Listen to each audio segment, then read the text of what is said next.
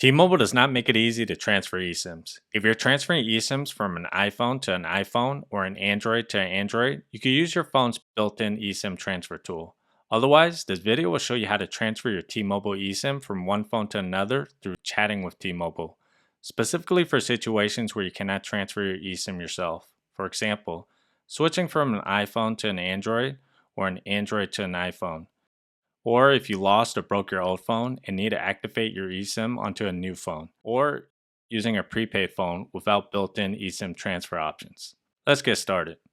Normally, in situations where you cannot transfer the eSIM yourself, you'll need to call T-Mobile to transfer your eSIM to another phone. So instead of calling and waiting on hold, I'm going to chat with T-Mobile to complete the process. Download the T-Mobile app through the App Store. It's available on both Android and iOS. It's called T-Life.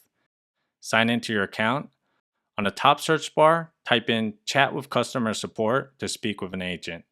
I basically told them I needed to change the eSIM for my phone number to another device. They asked for the model of my new phone and my EID number. To find the EID number on an iPhone, go to Settings, General, About, and go down to EID. Long press it and press Copy to copy the number. Go back to chat and paste it in. On Android, go to Settings, About Phone, SIM Status, and there you could copy the EID number. Since I'm on a family plan and I'm not the master account holder, they had me verify my request through the account holder's phone.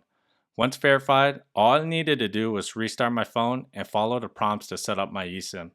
The whole process took a little over 10 minutes. That's it. I hope this was helpful. Thanks for watching.